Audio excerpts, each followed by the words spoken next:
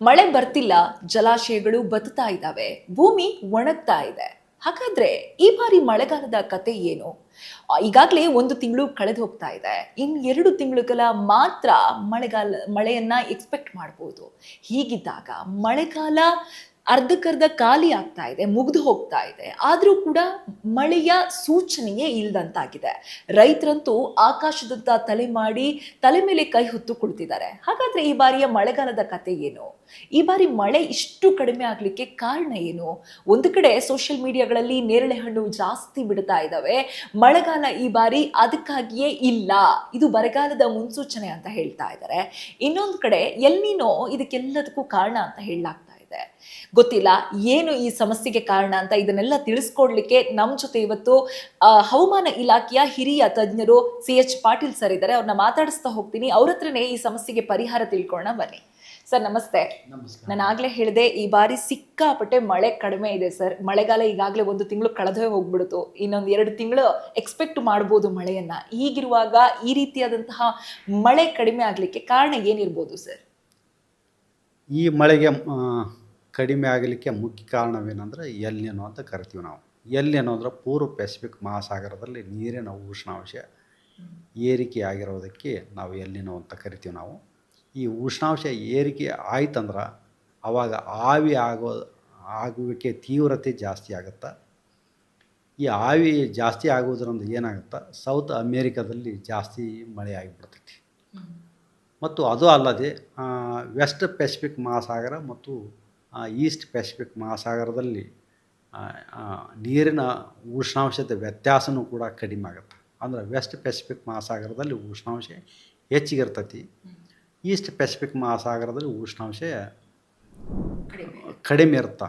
ಅಲ್ಲಿ ಉಷ್ಣಾಂಶ ಏರಿಕೆ ಆದಾಗ ಈಸ್ಟ್ ವೆಸ್ಟ್ ಪ್ರೆಷರ್ ಗ್ರೇಡಿಯಂಟ್ ಕಡಿಮೆ ಆಗುತ್ತೆ. ಅಂದ್ರೆ ವಿಂಡ್ಸು ವೀಕ್ ಆಗಿಬಿಡ್ತಾವೆ.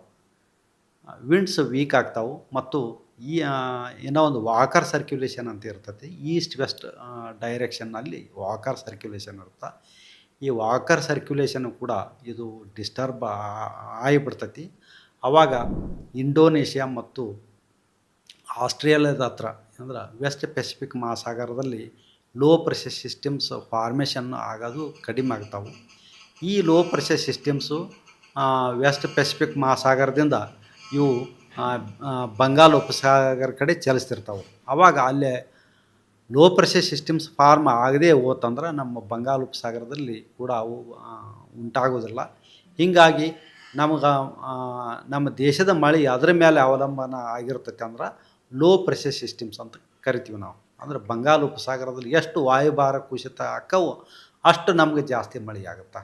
ಸಾಮಾನ್ಯವಾಗಿ ಒಂದು ಒಳ್ಳೆಯ ಮನ್ಸೂನ್ನಲ್ಲಿ 1 ತಿಂಗಳಿಗೆ ಸುಮಾರು 4 ಲೋ ಪ್ರೆಷರ್ ಸಿಸ್ಟಮ್ಸ್ ಫಾರ್ಮ್ ಆಗಬೇಕು. ಆವಾಗ ನಮಗೆ ಉತ್ತಮವಾಗಿ ಮಳೆ ಬರುತ್ತೆ.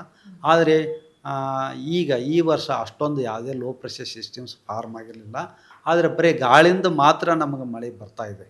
ಈಗ ನಾವು 1 ತಿಂಗಳಿಂದ ನಾವು ನೋಡ್ತಾ ಇದ್ದೀನಿ, ಬರೀ ಗಾಳಿಯಿಂದ ಮಾತ್ರ ಅಲ್ಲಲ್ಲಿ ಸ್ವಲ್ಪ ವೆದರ್ ಸಿಸ್ಟಮ್ಸ್ ಫಾರ್ಮ್ ಆಕ್ಕವು. ಅಷ್ಟೊಂದು ಸ್ಟ್ರಾಂಗ್ ಸಿಸ್ಟಮ್ಸ್ ಫಾರ್ಮೇಷನ್ ಆಗಿಲ್ಲ. ಇದರಿಂದ ಮಳೆ ಪ್ರಮಾಣ ಸುಮಾರು ಕರ್ನಾಟಕ ರಾಜ್ಯಾದ್ಯಂತ ಸರಾಸರಿ 40% ಮಳೆ ಪ್ರಮಾಣ ಕಡಿಮೆ ಆಗೈತಿ. ಅದು ಕರಾವಳಿ ಜಿಲ್ಲೆಗಳಲ್ಲಿ ಸುಮಾರು 50% ಮಳೆ ಕಡಿಮೆ ಆಗೈತಿ.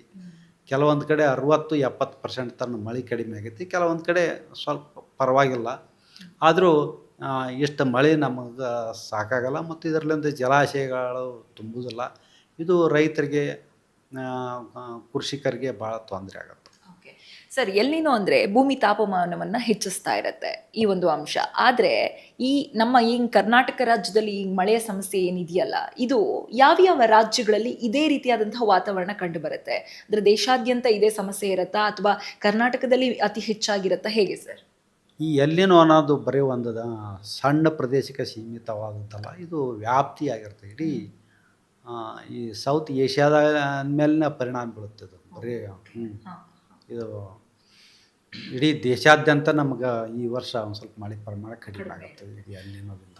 ಎಲ್ಲೋ ಒಂದು ಕಡೆ ಗಮನಿಸಿದ್ರೆ ಎಲ್ನಿನೋ ಅನ್ನೋ ಒಂದು ಈ ಕಾನ್ಸೆಪ್ಟ್ ಏನಿದೆ ಅದು ಬೇಸಿಗೆಗಾಲದಲ್ಲೇ ಒಂದು ರೀತಿಯಲ್ಲಿ ನಮಗೆ ಮುನ್ಸೂಚನೆ ನೀಡಿತ್ತು ಸರ್. ಯಾಕಂತಂದ್ರೆ ಪ್ರತಿ ವರ್ಷ ಇರುವ ಬೇಸಿಗೆ ತಾಪಮಾನಕ್ಕಿಂತ ಈ ವರ್ಷ ಅತಿ ಹೆಚ್ಚಾಗಿತ್ತು. ಅದರಲ್ಲೂ ಬೆಂಗಳೂರು ಯಾವಾಗಲೂ ಹವಾಮಾನದಲ್ಲಿ ಒಂದು ರೀತಿಯಲ್ಲಿ ಹೆಸರು ಪ್ರಸಿದ್ಧಿಯಾದಂತಹ ಏರಿಯಾ.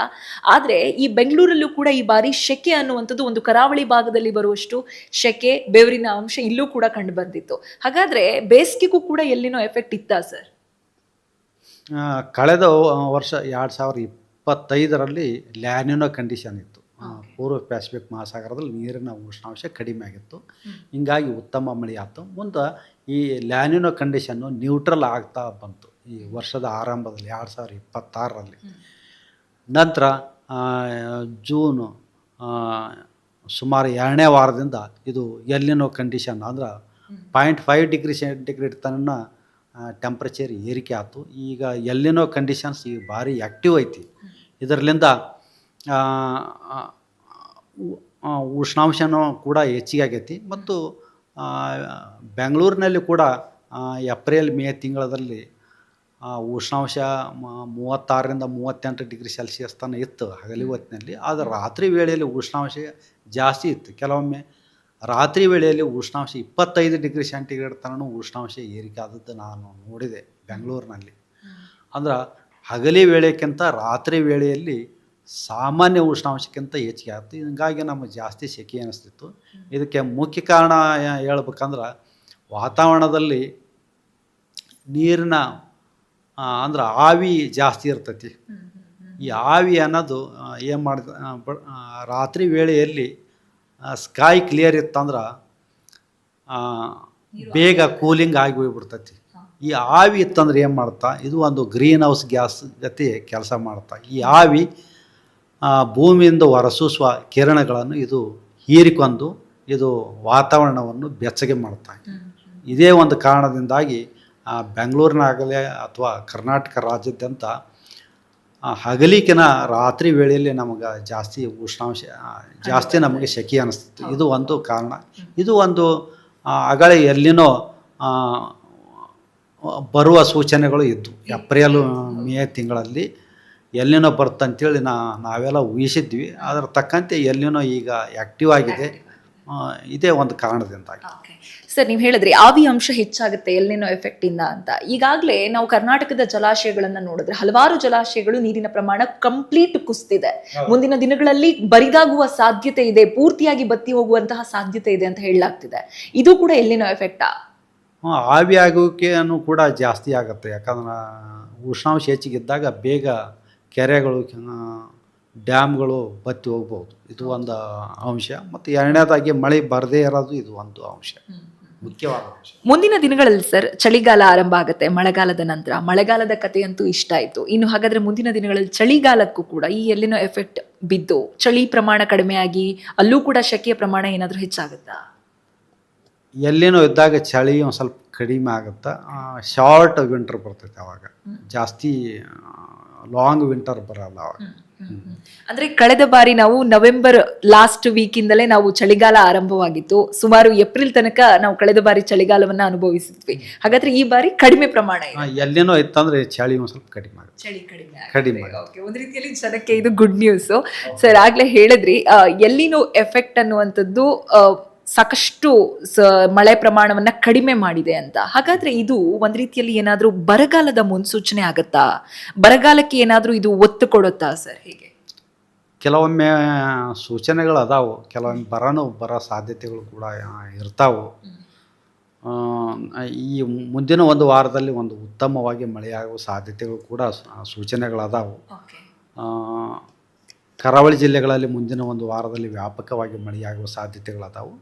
ಮತ್ತು ಜೂನ್ 28, 29, 31 ಕರಾವಳಿ ಜಿಲ್ಲೆಗಳಲ್ಲಿ ಕೂಡ ಭಾರಿ ಮಳೆಯಾಗುವ ಸಾಧ್ಯತೆ ಇರುವುದರಿಂದ ನಾವು ಆರೆಂಜ್ ಅಲರ್ಟನ್ನು ಕೊಟ್ಟಿದ್ವಿ. ಮತ್ತು ಜೂನ್ 28, 29, 30 1ನೇ ತಾರೀಕಿಂತನೂ ಕೂಡ ಉತ್ತರ ಒಳನಾಡು ಅಂದ್ರೆ ಬೆಳಗಾವಿ, ಧಾರವಾಡ, ಹಾವೇರಿ, ಗದಗ, ಶಿವಮೊಗ್ಗ, ಚಿಕ್ಕಮಗಳೂರು, ಹಾಸನ, ಕೊಡಗು ಜಿಲ್ಲೆಗಳಲ್ಲಿ ಕೂಡ ನಾವು ಅಲರ್ಟನ್ನು ಕೊಟ್ಟಿವಿ. ಭಾರಿ ಮಳೆ ಆಗುವಂಥ ಎಚ್ಚರಿಕೆ ಸಾಧ್ಯತೆಗಳದಾವು.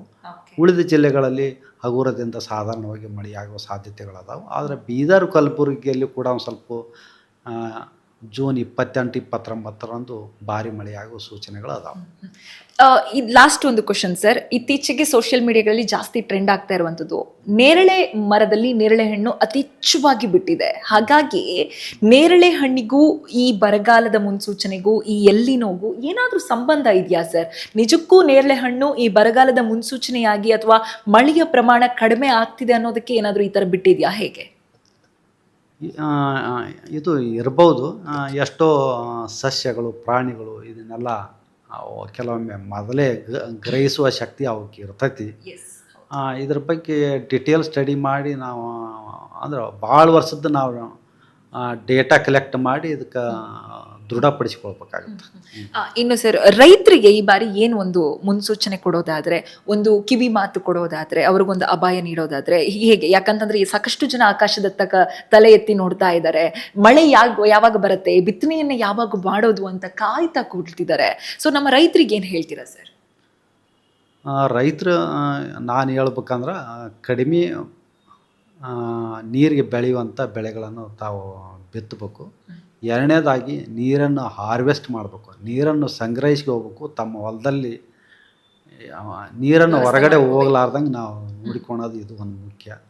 ಅಂದ್ರೆ ಬಂದ ಮಳೆಯನ್ನ ವೇಸ್ಟ್ ಆಗೋದು ಇದು ಒಂದು ಭಾಳ ಮುಖ್ಯವಾದ. Thank you. ಎಸ್, ಕೇಳಿದ್ರಲ್ಲ, ಮಳೆಗಾಲವನ್ನ ಯಾರ್ಯಾರು ಎಕ್ಸ್ಪೆಕ್ಟ್ ಮಾಡ್ತಾ ಇದ್ದೀರಾ, ಖಂಡಿತ ನಿಮಗೆಲ್ರಿಗೂ ಇದು ಒಂದು ಬೇಸರದ ಸಂಗತಿ. ಈ ಬಾರಿ ಮಳೆ ಸಾಕಷ್ಟು ಪ್ರಮಾಣದಲ್ಲಿ ಕಡಿಮೆ ಇರುತ್ತೆ. ಬರಗಾಲದ ಮುನ್ಸೂಚನೆ ಇದು ಅಂತ ಕೂಡ ಹೇಳಬಹುದು. ಆದರೆ ಮುಂದಿನ ದಿನಗಳಲ್ಲಿ ಏನಾಗುತ್ತೆ ಗೊತ್ತಿಲ್ಲ. ಆದರೆ ನಮ್ಮ ರೈತರಿಗೊಂದು ಕಿವಿ ಮಾತು, ಹೆಚ್ಚು ಮಳೆಯನ್ನ ಅಥವಾ ನೀರನ್ನ ಎಕ್ಸ್ಪೆಕ್ಟ್ ಮಾಡದೇ ಇರುವಂತಹ ಬೆಳೆಗಳನ್ನ ಬೆಳೀರಿ. ಆಕಾಶದತ್ತ ತಲೆ ಎತ್ತಿ ನೋಡ್ತಾ ಇದ್ದೀರಾ, ನಿಮ್ಮ ಕಾಯುವಿಕೆ ಮಳೆಯದ್ದಾಗಿದೆ ಅಂತ ನನಗೂ ಗೊತ್ತು.